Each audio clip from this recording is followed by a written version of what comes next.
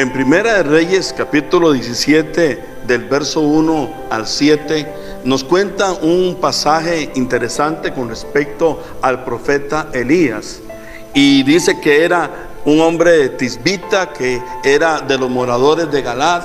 Y Elías era un profeta de Dios para un tiempo de Israel donde había idolatría, donde los que estaban gobernando estaban desobedeciendo los mandamientos de Dios. Y Elías nos enseña tres aspectos muy importantes que tienen que ver con el comportamiento, con la actitud nuestra como siervos de Dios. Uno de ellos es lo que nos menciona en el verso 1, donde dice que Elías dice: vive Jehová en cuya presencia estoy.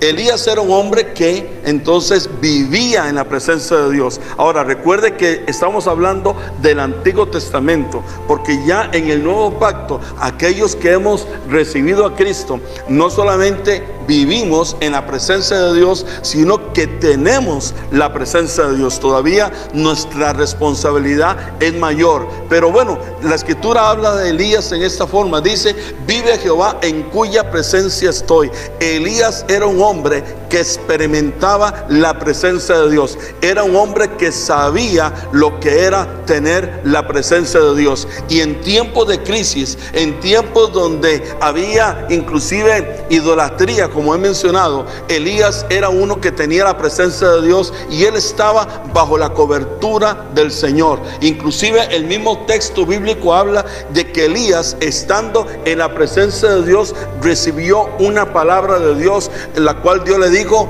que declarara que no iba a llover si no fuese por su palabra.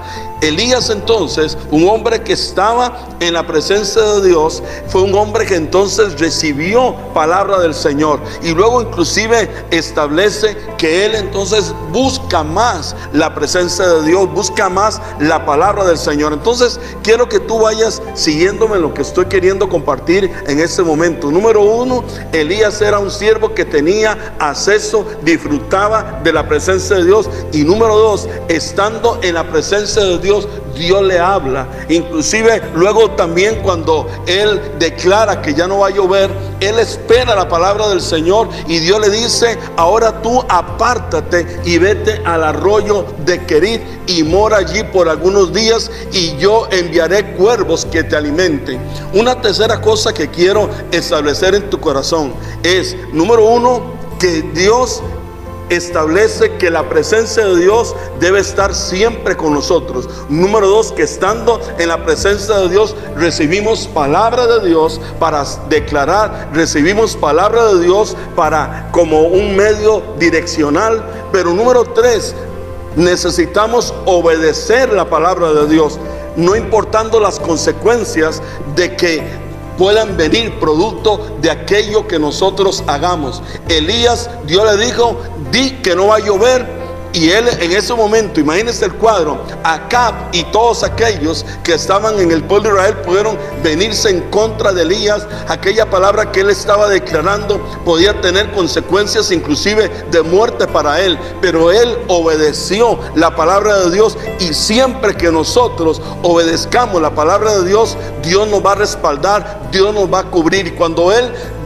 acciona en obediencia a la palabra, entonces seguidamente, como he mencionado, aún Dios ordenó cuervos que vinieran y sustentaran a Elías.